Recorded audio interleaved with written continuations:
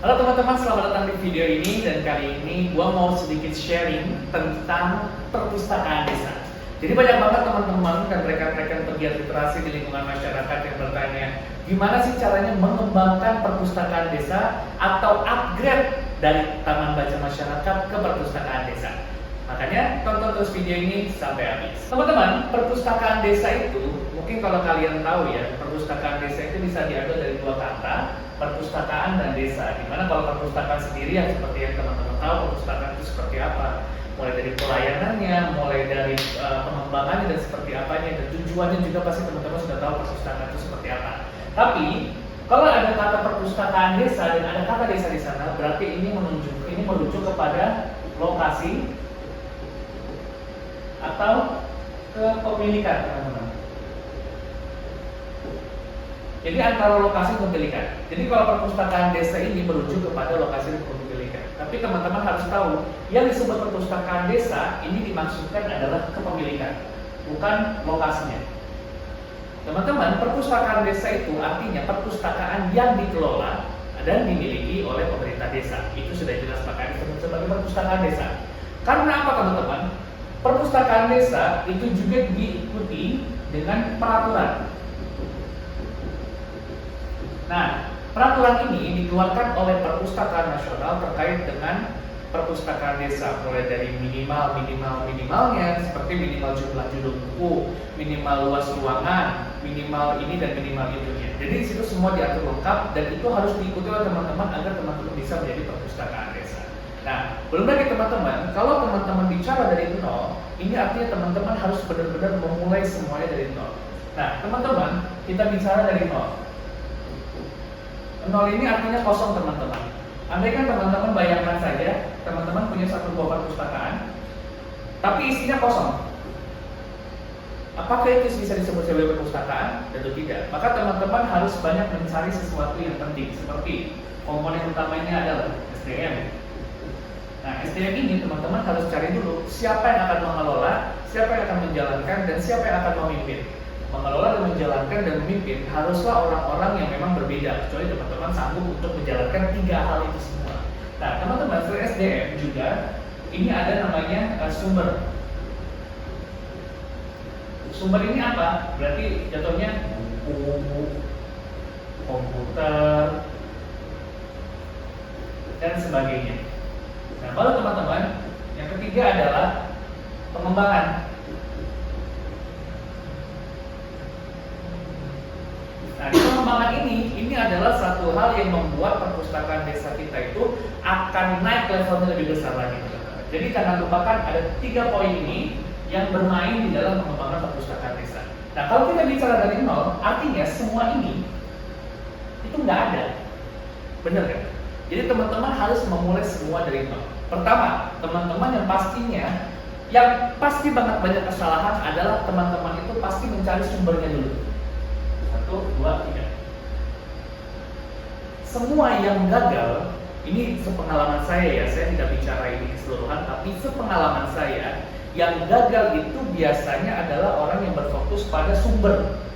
Jadi mereka mencari buku, mereka mencari komputer, mereka mencari hal-hal lainnya terkait dengan fasilitas. Tapi mereka melupakan bahwa siapa yang akan menjalankan itu semua. Nah, teman-teman harus ketahui bahwa perpustakaan desa itu dibentuk untuk dijalankan, bukan untuk dipajang. Maka dari itu, teman-teman, hal yang paling benar adalah kita cari dulu SDM-nya. Nah, teman-teman, kita bicara sekarang SDM. SDM ini apakah harus orang yang berpengalaman? Tidak. Yang penting adalah orang yang mau belajar, teman-teman. Saya menjadi kepala perpustakaan desa Gunung Putri, 0 pengalaman. Saya tidak tahu yang namanya peraturannya, saya tidak tahu seperti apanya, saya tidak tahu bahkan cara memorisasi bukunya itu juga saya tidak tahu. Tapi teman-teman, dengan kita belajar, karena bahan belajar, sumber belajar itu banyak, teman-teman. Pertama, bisa dari dinas. Kalian bisa datang aja ke dinas bilang, Pak, saya mau belajar tentang perpustakaan. Dan mungkin pustakawannya akan lebih welcome untuk itu jika kita ingin belajar sedikit demi sedikit. Kemudian bisa cari referensi.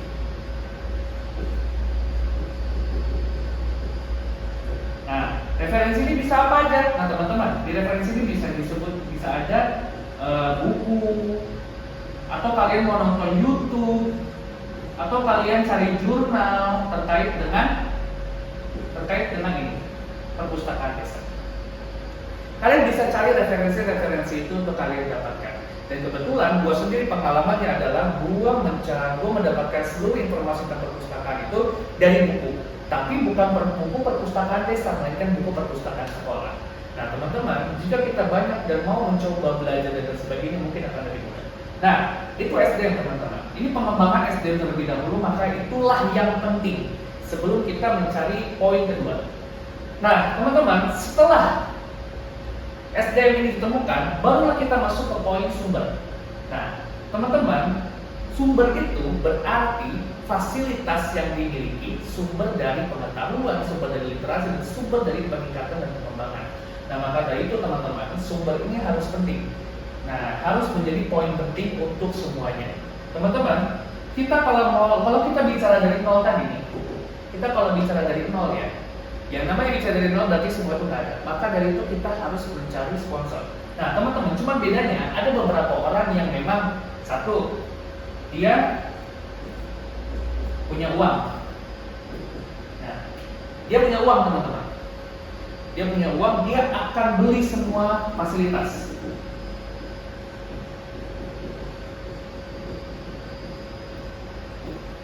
Semua fasilitas dia akan beli, dia akan lengkapi. Tapi teman-teman harus tahu bahwa ini hanya berlaku jika teman-teman memiliki uangnya. Tapi gimana kalau kita nggak punya uang? Ya kita mau nggak mau harus buat proposal. Kalau proposal berarti tujuannya adalah sponsor. Kalau sponsor tujuannya adalah entah CSR, entah perusahaan, entah organisasi, dan sebagainya. Ini yang teman-teman harus cari. Karena apa? Kalau nggak kita cari, itu ya kita nggak akan dapat. Nah, ini kemudian kalau proposal ini memang tingkat ratingnya lebih susah mana? Lebih susah ya proposal, karena kita harus menunggu biasanya kita ajukan, belum tentu juga di ACC. Lalu lagi kita keluar modal. Sebenarnya kalau dilihat-lihat itu lebih enak mengeluarkan uang aja daripada kita buang-buang uang bikin proposal kesana kesini kita cari bantuan. Tapi justru kita akan lebih enak seperti ini teman-teman. Dan pastikan teman-teman ketika membuat proposal pengajuan perlengkapan perpustakaan atau bagian dari sumber tadi, teman-teman itu ajukan kerjasama lanjutan. Nah, kerjasama lanjutan ini,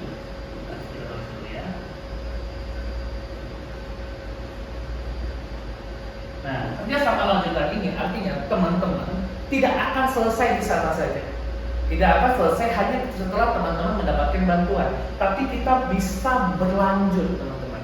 Misal kita bicara misalkan kita dikasih komputer, ya, di komputer. Setelah dikasih, manfaatnya apa? Misalkan teman-teman, oh dari komputer yang diberikan kita bisa membuat website. Oke, berarti turun ke hasil berupa website.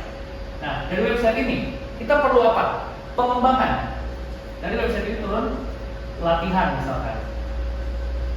Nah, kalau kita menggunakan konsep kerjasama lanjutan, nanti kita bisa ajukan lagi untuk pelatihannya. Nah, itu adalah salah satu cara agar kita bisa mengembangkan perpustakaan desa. Nah, kemudian setelah itu, setelah semua ini didapatkan SDM sumber udah, maka lanjutnya adalah pengembangan. Nah, selanjutnya kita akan bicara tentang pengembangan. Teman-teman, banyak yang salah kaprah. Perpustakaan desa ini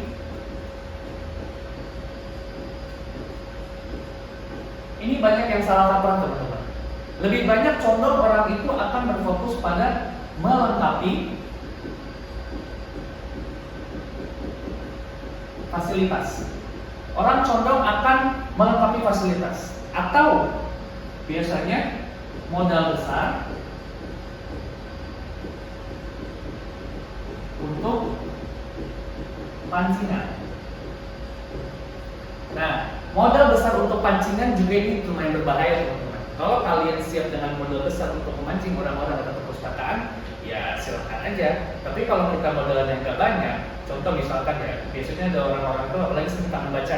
Kalau taman baca itu misalkan datang agar anak-anak datang biasanya dikasih snack, dikasih kue, dikasih ciki dan lain sebagainya. Dan itu sebenarnya bagus teman-teman, selama kita bisa menyediakan itu. Tapi kalau terus-terusan lama-lama boncos dong.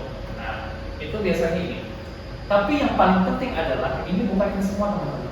Dalam membuat perpustakaan desa, yang paling penting adalah membangun habitat. Jadi, ketika kita membuat satu buah perpustakaan desa, kita perlu pahami teman-teman bahwa dalam perpustakaan desa itu perlu pengunjung. Pengunjungnya itu bisa pengunjung umum dan spesifik. Nah, bagaimana cara kita menghadirkan pengunjung itu? Contoh, kita bicara di perpustakaan Desa Gunung Putri, teman-teman. Perpustakaan Desa Gunung Putri itu berdiri bukan dari ini dulu, teman-teman. Bukan dari melengkapi fasilitas, karena dulu itu kita nggak punya barang apa-apa. Tapi kita berfokus pada mengkonsepkan dulu, menggodok konsep seperti apa perpustakaan Desa Gunung Putri ke depannya. Yang dilakukan perpustakaan Desa Gunung Putri dalam membangun habitat ini adalah yang pertama, kami perpustakaan Desa Gunung Putri berfokus untuk memberikan ruang kerja. Nah, ini hal pertama yang menjadi target kita. Oleh karenanya, teman-teman, banyak semua orang pengunjung perpustakaan desa, bahkan pengunjung perpustakaan Desa Gunung Putri ini pengunjungnya sudah lebih dari 50 orang per hari. Itu rata-rata juga banyak yang mereka itu gunakan untuk menjadikan perpustakaan Desa Gunung Putri sebagai ruang kerja. Untuk mereka itu chill di dalamnya, untuk mereka mengerjakan seluruh pekerjaannya sampai selesai. Nah, itu yang dilakukan perpustakaan Desa Gunung Putri. Sehingga orang-orang itu mau kapanpun, mau bagaimanapun kondisinya, mereka akan datang ke perpustakaan Desa Gunung Putri. Mau seperti apapun kondisinya, mau hujan, banjir, dan lain-lain, mereka akan datang ke perpustakaan Desa Gunung Putri. Nah, karena itu habitat sudah terbangun, teman-teman. Mereka yang suka bekerja di perpustakaan desa akan kembali lagi ke perpustakaan desa. Lanjut, selain memberikan ruang kerja untuk masyarakat, kami juga berfokus untuk membantu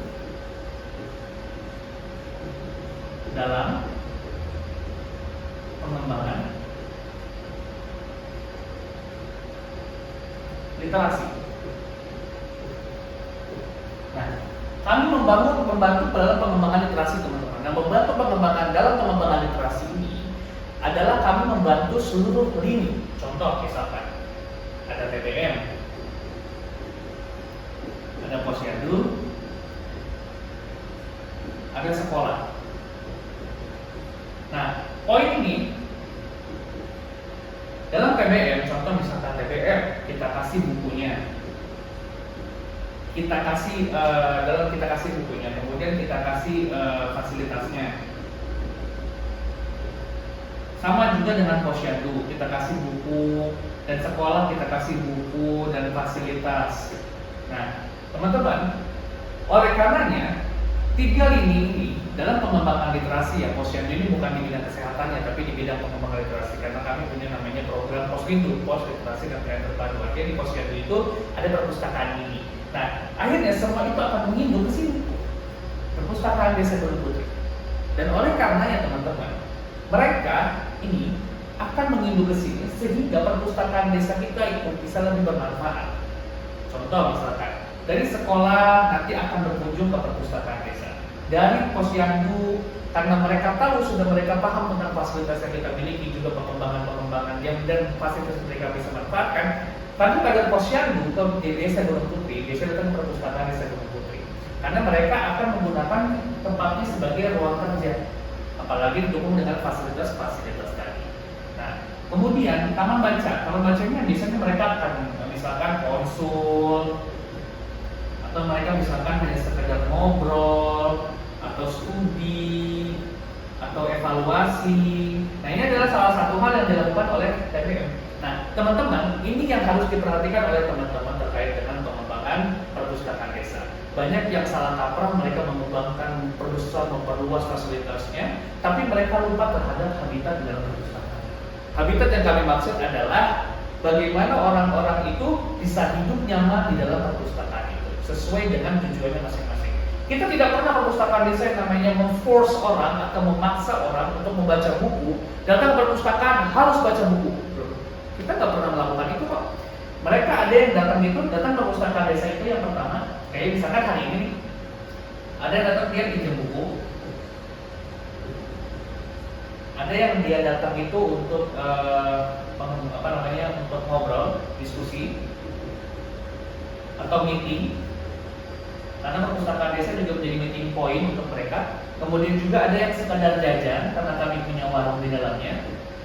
Jadi empat ini selalu datang silih berganti setiap hari. Nah, karena setiap hari datang, maka pengunjung perpustakaan desa itu bisa sampai 50 lebih pengunjung. 50 lebih ya, 50 plus lah pokoknya. Nah, di 50 lebih ini pengunjung, mereka tuh masing-masing punya tujuan yang berbeda-beda. Maka dari itu, kita harus perkuat pelayanannya, kita harus perkuat servisnya. Nah, teman-teman seperti itu. Ini hal yang harus teman-teman pahami ya, mau teman-teman lakukan ini setelah teman-teman punya taman baca, ingin update ke perpustakaan desa atau bagaimana. Nah, teman-teman, dalam membuat perpustakaan desa, baik teman-teman tadi yang mau update atau mulai dari nol, ini kan yang mulai dari nol sudah saya jelaskan ya. Sekarang kita akan masuk ke yang sudah ada TBM-nya. TBM mau update jadi perpusdes. Pertama, teman-teman yang harus dipahami adalah teman-teman pasti akan konsultasi ke perpustakaan desa dulu. Ke pemerintah desa dulu. Nah, teman-teman ketika konsultasi ke pemerintah desa itu tujuannya untuk apa? Untuk mendapatkan 2 berkas. Yang pertama SK, yang kedua Perdes. SK dan Perdes ini adalah hal penting yang teman-teman harus punya ketika teman-teman ingin membawa perpustakaan desa. Nah, setelah teman-teman sudah punya ini 2 berkas, baru teman-teman bisa laksanakan peraturan di Perka Perpusnas namanya. Nah, itu ada Perka Perpusnas, teman-teman bisa cari aja di Google. Nanti teman-teman akan tahu seperti apa sih cara membangun perpustakaan desa, syarat-syarat minimumnya apa. Pokoknya ada minimal yang harus teman-teman ikuti. Karena TBM dengan perpustakaan desa jangan disamakan ya. Itu semua ada minimum poinnya. Nah, teman-teman, setelah teman-teman dapat 2 berkas ini, maka teman-teman akan lanjut melaksanakan Perka Perpusnas. Misalkan, ukuran ruangannya kurang besar, berarti ruangannya harus diperbesar. Judul bukunya kurang, berarti tambah jumlah judul bukunya. Nah, ini teman-teman harus lakukan agar teman-teman bisa menjadi perpustakaan desa. Nah, teman-teman, saran saya ya. Nah, teman-teman sebagai saran, saya hanya ingin melaksanakan teman-teman yang ada di TBM tidak perlu buru-buru untuk menjadi perpustakaan desa. Walaupun memang tag labelnya lebih bagus ya.